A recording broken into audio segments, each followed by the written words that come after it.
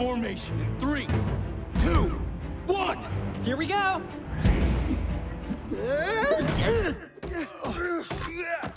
What happened to turtle formation? Wait, turtle formation? I thought you said squirrel formation. The thing about the turtles that we always try and keep forefront in our minds is that they're fun and they're brothers. The first movie was great in showing us the group, but we've always talked about this movie being more about each individual brother.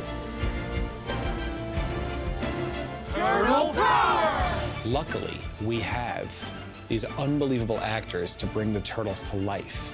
Let's just say we're 4 brothers from New York who hate bullies and love this city. All the guys that play the turtles are super talented, and they give you so much to react to, and you end up loving them so much because they were all so perfectly cast as their characters that I feel like that sort of brings the relationship to life.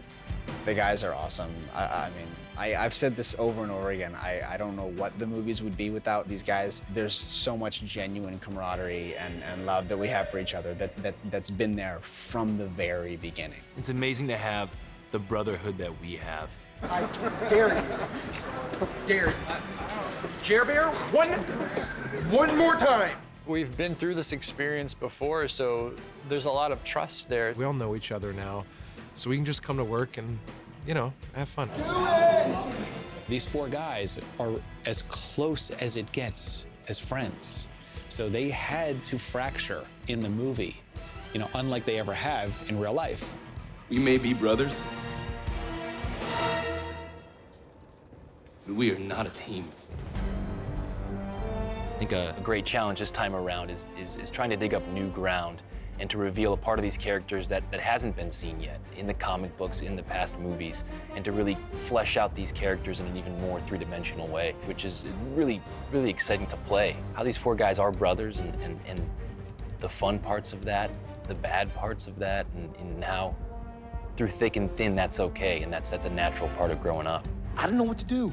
Donnie's nose is in his computer, Raph's brains are in his biceps, and Mikey's head's in the clouds. I can't get them all on the same page. Leo is dealing with a leadership crisis in this movie, where he's a teenager trying to govern a group of crazy teenagers and get them to listen. If we could get our hands on more of this stuff, it could be life-changing. We don't need that kind of change.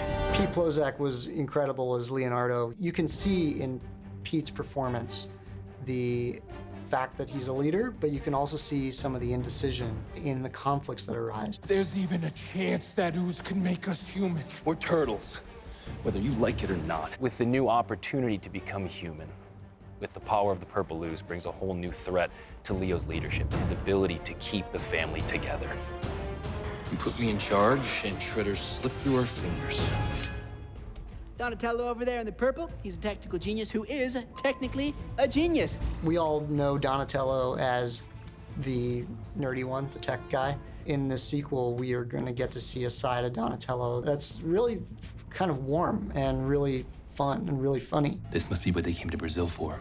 It's the interdimensional portal opening thingy-mabob. Well, there's probably a more technical name for it. We see a lot more emotion from him this time, a lot more depth than we've certainly seen from film 1. We have a system that works.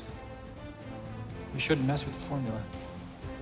What was exciting for me is getting a look inside of the relationships between all 4 brothers and getting to see these guys fight, get angry at each other, and, you know, all the things that families do.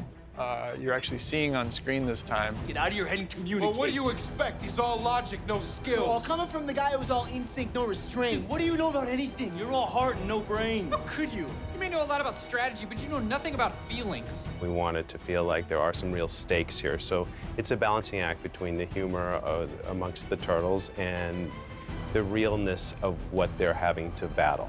Ship's designate is the Technodrone. Commanding officer goes by the name of Krang. I don't know that guy, but I hate that guy. I love playing Mikey. He's just the heart and soul of the group. He's just fun. He's like the really fun younger brother that, you know, you either had or you wish you had kind of thing. We were sent by the Supreme Leader to eat delicious humans and dip them in ranch dressing. He's the funny one, and he's loose and kind of, just seems like he doesn't care about anything, and I think there's a lot of fun in that. Nunchucks Giganticus! When Noel puts on the Mikey voice, it just makes you smile because, it's like anything. You're hanging with Noel off camera, and then he goes on set, and then suddenly Michelangelo starts talking. You're like, oh, there he is. That's so fun. Now, the people in New York need us to set aside our differences and work together, which begs only one question. Are you two guys like a thing? I look at Mikey kind of like the glue that holds everybody together in a weird way because no matter what, he's always got a pure heart. Wait, hey, look, if you tell Leo that I told him, we'll never finish our hip-hop Christmas album!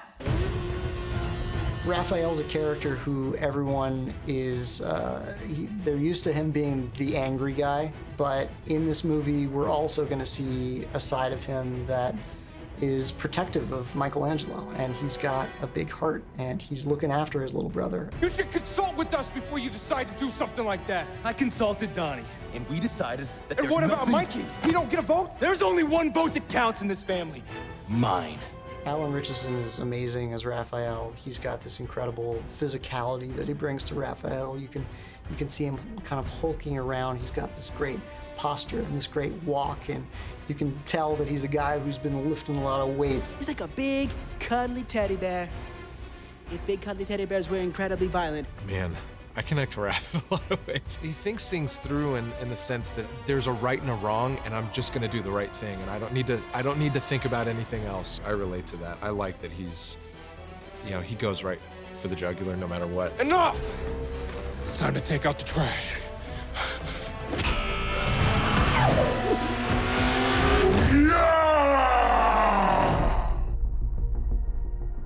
Splinter sees the boys that he's raised his entire life growing up a little bit. And part of seeing his boys grow up means that he has to impart a really important lesson, which is that the turtles have to take accountability for their actions. He's allowing the turtles to figure out what they need to figure out in their own lives. Your boyhood is drawing to an end. You are becoming young men.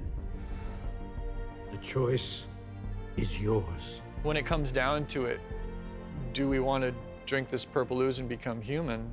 And the answer is no, because they realize who they are is more than okay. Normal. What fun is that? It's about the power of family and what family can do when they are working together. That's what Ninja Turtles is all about. We're gonna need strategy. Instinct. Logic. And boatloads of heart.